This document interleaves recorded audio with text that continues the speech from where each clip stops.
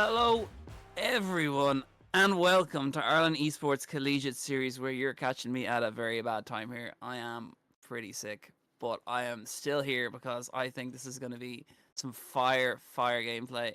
This is the Ireland Esports Collegiate Series Summer Tournament Grand Finals, presented by Monsters, brought to you by Coca, the perfect tasting snack for gamers. I'm OBK9. With me is Zastos as we are just getting ready to get underway with game one of the series between Cormac and Wiggy Wanderers. Zastos, how are you doing, man? Man, you know how you're ill? I'm just sick of watching England playing the Euros. There's a reason why I'm here instead of there, because I believe that we should have better quality to watch today. As this series today is actually going to be a little bit of fun. We're going to see some unique pickups and same with the old thing that we got to cast beforehand, especially for you OBK. I'm expecting stuff like the Renekton to come through, maybe a bit of Talia. You know, those wombo combos I'm expecting for both of these teams. I mean, yeah, there's some pretty good ARAM picks. I also was noting yesterday, I'm pretty sure like ARAM has a separate balance sheet as well. I'm not sure. I think that Yep. carries over into the custom games. So I'm pretty sure like the balancing for some of these champions are all kind of revolving around those ARAM patches that they throw in, the micro patches in every patch notes. But So yeah, so it's gonna be spicy. What do you It's think, it's a man? weird one, right? So when I was looking at the patch notes, usually you'll be like, okay, this champion makes sense, why it's super strong. When I was looking at a tier list, Yorick is the strongest person if you pick in your normal ARAM games or get it by chance, which of course probably doesn't accumulate well to the 2v2 situation. Then afterwards it's Melio, so maybe we can get a bit of that later on. But instead, as we get ourselves right onto the riff, we have a little bit more, I guess, cohesion with these teams as we have Talia Pantheon, everyone knows what that does, with the Lee Sin Malzahar, which has to wait to level 6 before they can start coming online. We've seen both these teams play these picks before. We saw Wiglor USSRNEMA really put on a show with the Talia Pantheon, something they actually played against Cormac, as far as I remember, and Cormac getting caught a fair bit. But in this case, on the other side, we have seen the Lee Sin Malzahar come out here from Team Cormac as well, to great effect.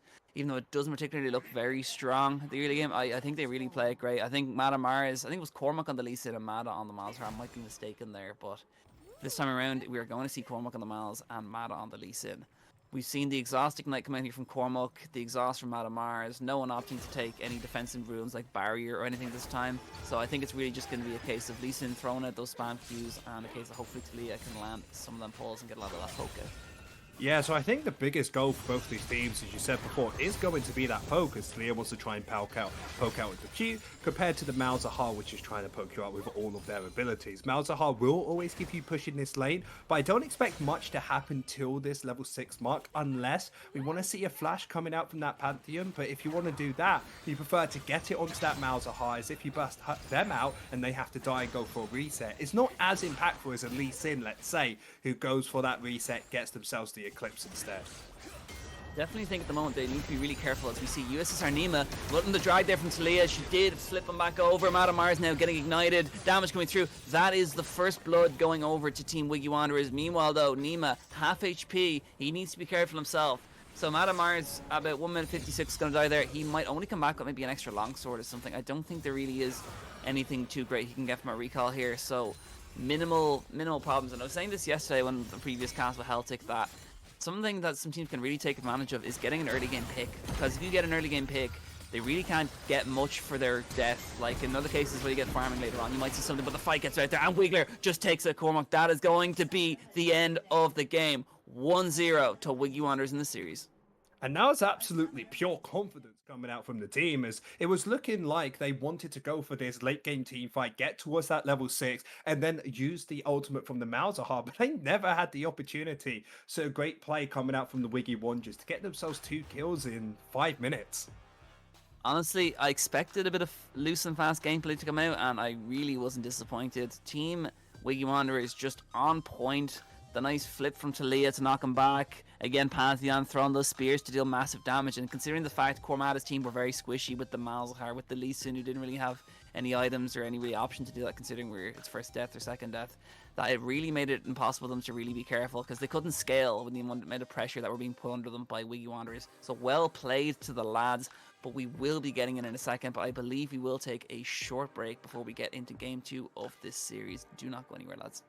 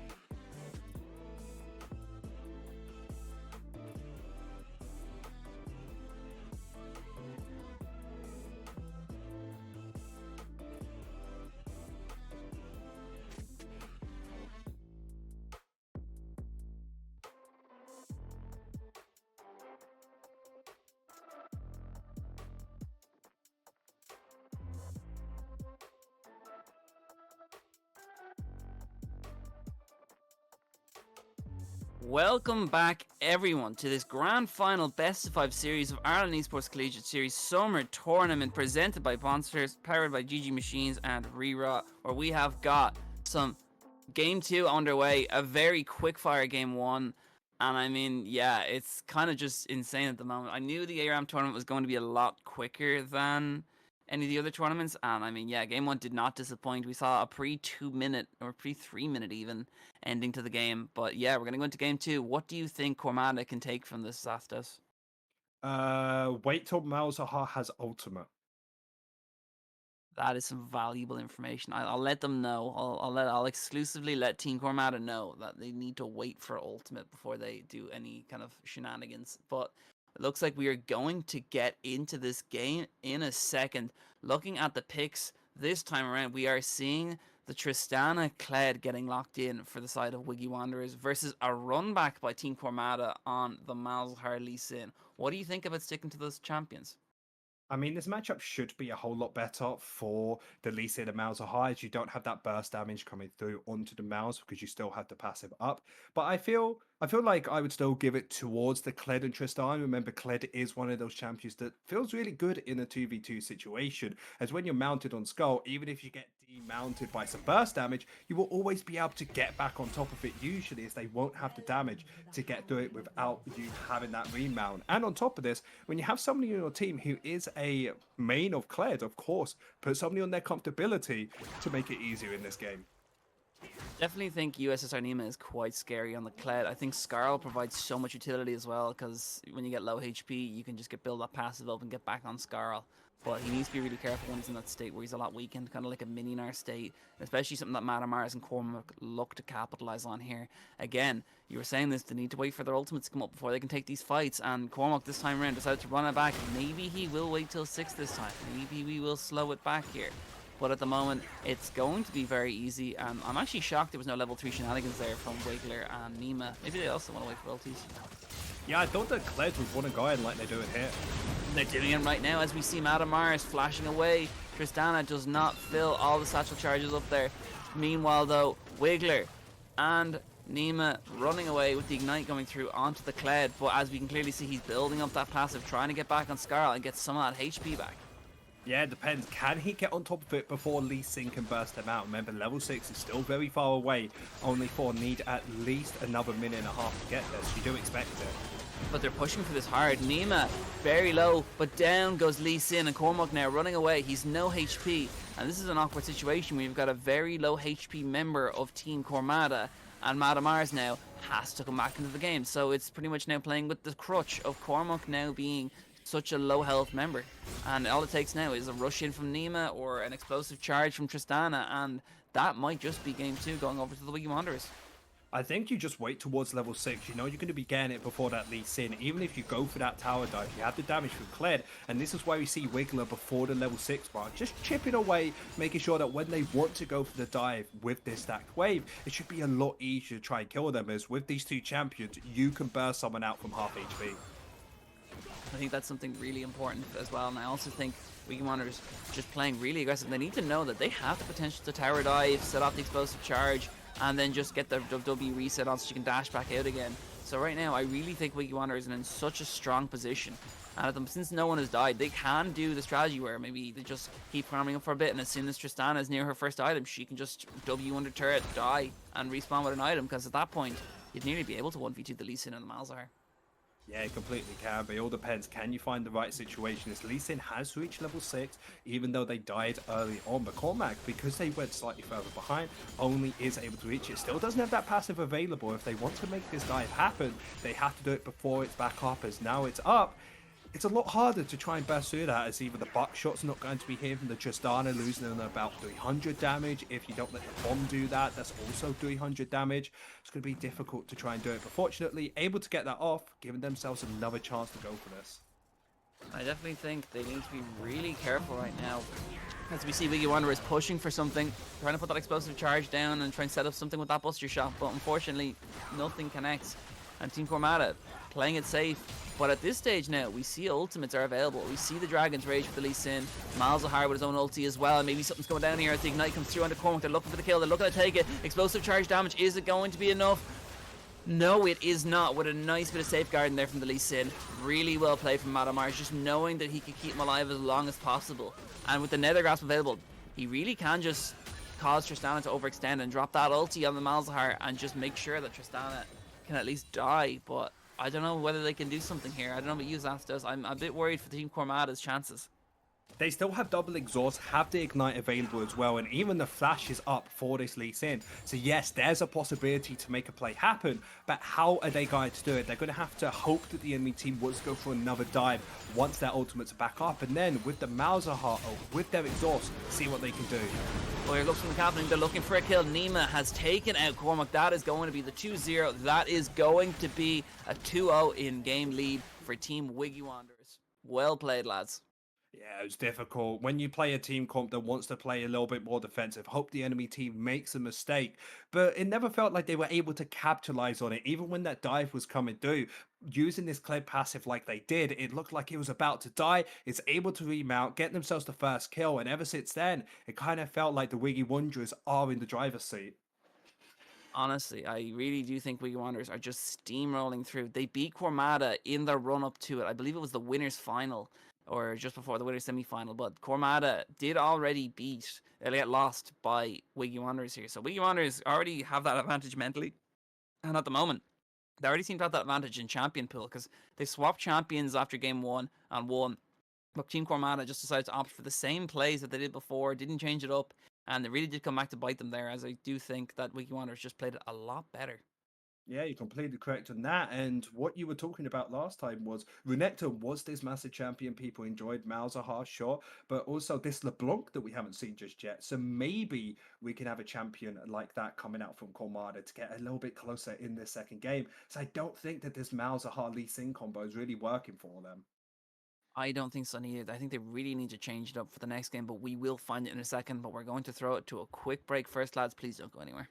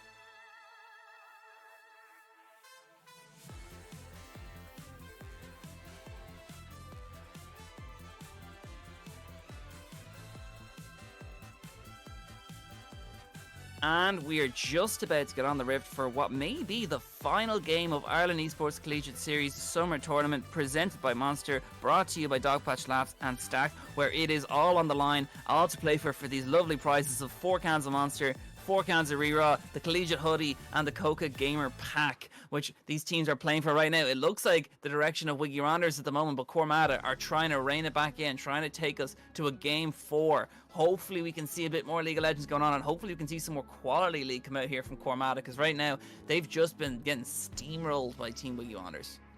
Yeah, steamrolled is probably the right word, and I said it was the comp. It just didn't feel like it had what they needed to win in a 2v2 situation. It was a 5v5. Sure, both champions look incredible in that. So, of course, Cormac are going for quite a significant change now. We saw the Pantheon Talia coming out from Wiggy Wanderers earlier on. They have opted to keep the same as that first game, but take a look. Pantheon Lucian, I'm expecting some juicy first game action here.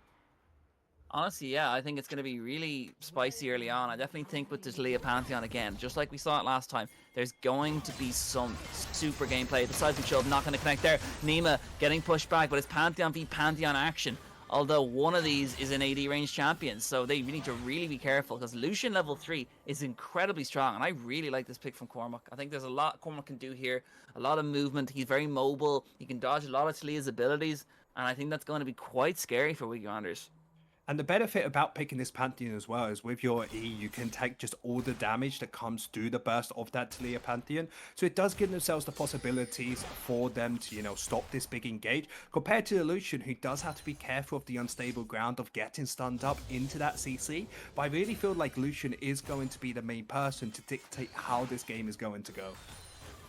I definitely think Lucian's really good at set it, because if Lucian gets caught, it's pretty much all over for Team Cormac. But if Lucian gets ahead, I really don't see any way Wiglor can kind of take on this Lucian, especially when he gets to level 6 and he gets the culling online, and there's a lot of damage that they can do. So at the moment, I think, honestly, a much more improved comp for the side of Cormac, and I think Wiglor right now know it as they're sitting back here. Cormac can also opt for, which we haven't spoken about this, the 100 CS victory. If they don't want to fight and they play this defensively, Lucian is a really strong CSing champion. He can clear waves really fast. Pantheon Spears can help as well. And I think that's nothing to scoff at neither. You are correct about this, but having Lucian with 7 CS, Pantheon with 5, I think both of these teams just want to be aggressive, want to try and get that early game fires. MadaMars has been chunked to half HP, will be able to heal themselves up with some of these tomes around themselves, but still, difficult situation. I'm expecting level 6, maybe the culling could make a big effect in this game, as they're able to chunk out one of the enemies, could get themselves into a very good position, as there will be a slow push over towards the side of away from Wiggy Wanderers, so maybe there's an opportunity to look for a dive there, but it just feels like they're trying to poke each other out, seeing if they can get any crucial abilities before finding that engage, as Flash is available for every single member of both of these teams. I think two of the biggest ultimates at the moment have got to be the Weaver's Wall and the culling that once they come available, because the way Weaver's Wall can really spread the Lucian and the Pantheon from each other and really separate them, because Lucian can probably, I think he can dash over, but I think Pantheon might get stuck in there. He doesn't W into someone.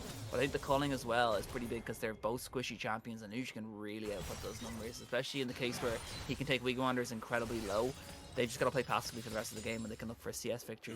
There's a few avenues for Cormac and Wiglor to kind of go for the victory here, but I think really they're playing it quite safe. I actually think they're looking more towards the CS angle here, because I'm not seeing too much frightening plays coming out from Cormac, but the flash gets used there, and goes the W. Wiglor trying to walk back, Ignite comes through, Cormac looking for a kill, he's going to try and get one. Is Wiglor going to get taken out? Yes, he is, but they get the Pantheon in response. Can Cormac take out USSRNEMA and take us to a game 4? It's looking that way at the moment, but no, the heal just about comes through, and that was such a clutch, close moment. Both teams ending 1-for-1 at the end of it. Yeah, a couple small mechanical mistakes coming out for both the teams. Exhaust getting used a little bit too late on that Pantheon, meaning all the burst damage went through before that exhaust, meaning that, of course, the Pantheon for Cormac does die in that situation. And afterwards, not taking the heal plant for yourself and letting the Pantheon pick it up instead was the reason the USSRNEMA was able to survive in this opportunity. But now, both members are about half HP to maybe over half now. There's still plenty of opportunities for both of these teams to win, as we can see the items being brought for both of these teams. We get a pickaxe on MadaMars, going to help that burst damage, compared to this Talia, which is more about trying to poke out the enemy before you get this burst damage together. really think Cormac was unlucky there. A couple more, one or two more autos would have definitely taken out NEMA, but NEMA is alive for now.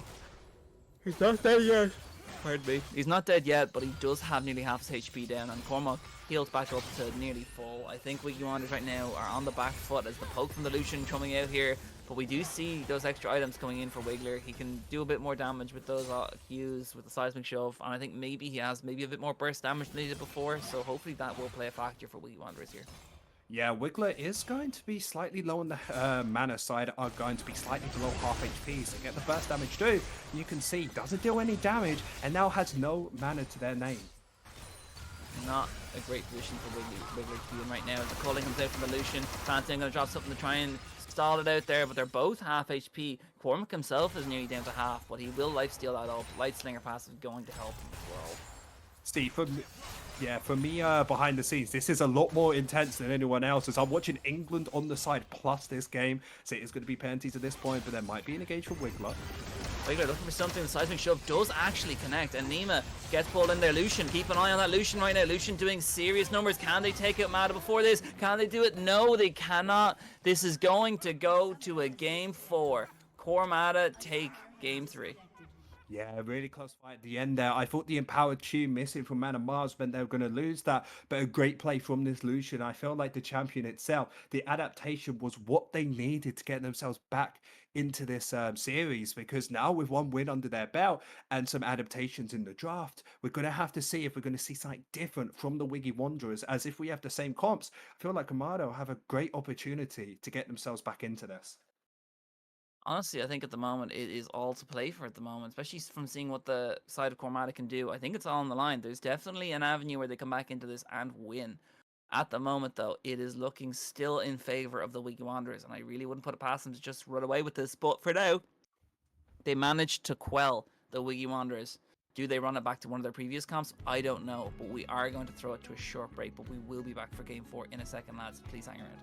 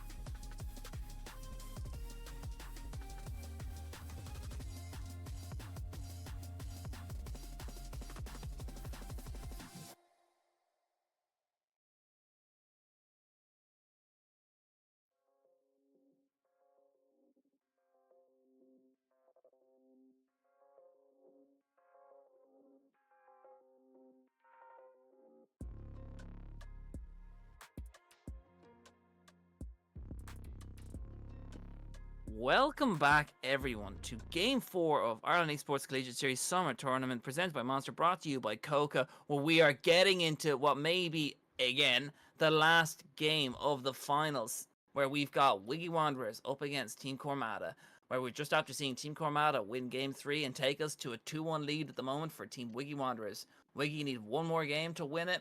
Team Cormada hoping to take us to that Silver Scrapes, hoping to take us to that Game 5. But at the moment, it's all in the hands of Team Wiggy Wanderers to stop this happening. And we're seeing some more interesting picks come out here. Cormac is on the Lucian, and MadaMars is on the Darius, which is interesting considering Cormac is a Darius player. And on the other side, we're seeing another strange pick where we're seeing the Nocturne and the Kled come out here for the side of Wiggy Wanderers. So all around, spicy picks. What do we reckon, Zoth? Wow, it's going to be interesting. My biggest question is Darius tanky enough? I know that he has been getting a little bit more tanky because he is going to be on the Howling Abyss's fight. There's instant scrapes going out here. A lot of damage coming through. Ignite going down into MadaMars, but it actually flipped it around. Mada picking up the first blood now, and it's Wiglor versus Cormac, who wins the level 3 fight. And it looks like Wiglor's getting forced out here. Wiglor's getting chased down. Wiglor is nearly about to die, and he should probably be afraid if I was Wiglor. But he managed to stay alive so far. Again, a really terrible point to die, because right now, USSRNEMA only going to come back with an extra cloth armor, which is really not what you want. Really poor time death. And Wiglor also so low at the moment, he needs to be extra careful not to get taken by the Darius with the E. And he also needs to worry for Lucian autos and a Q. So it is pretty dangerous if I were Wiglor right now. Well, I think I've learned it to the story is it is pretty tanky in these fights. Having the healing from the Q was the major difference in that fight. As when the enemy team wants to fully go in, you can just knock them in, heal yourself up with Q, and we know that Lucian has huge damage at this level 3 spike or anywhere early on in towards the game. So now it's difficult. Wiggy One just need to try and burst someone out. So maybe you want to wait towards that level 6 as you're going to have Nocturne out plus Kled, which could be super useful for it. I think the paranoia is definitely going to be useful, even if he just uses it and then just lets NEMA go in. I think that's better than if he walks forward right now and tries to play the 2v2 at half HP against Darius Lucian. Yeah, it's going to be really difficult to play. So we'll be seeing Cormac just slowly pushing a wave in. I do expect them to maybe start a freeze towards their tower. At least that's what I would do with the team compass. If you get run down by a Kled and Nocturne, that's exactly what they want. Compared to if they do have to tower dive you, it's a lot more difficult for them to really play the way they want to. So this is why we do see them slowly stacking up this wave, making sure that they can have that minion advantage. As early on into the game, yes, the champion deals a lot of damage, but so do these minions. I mean, right now, it's currently 1-for-1, so I know we're looking at Wiglor at half HP there, but keep in mind that Team Cormada are also missing a champion as well, so next kill wins, which is something pretty crazy you have to think about as well when both these teams now are looking towards maybe a CS or a tower victory here. Keep in mind that any death here will mean the end of the series and or the game. Yeah, exactly. End of the series if Wiglor Wanderers are going to be able to pick up the kill. Otherwise, we will get to that Silver Scrapes game as these towers are going to get chipped out, but I do expect it to be that kill. As Wiglor, yes, he was chunked out a lot in that first initial fight where both members had one person die on their team.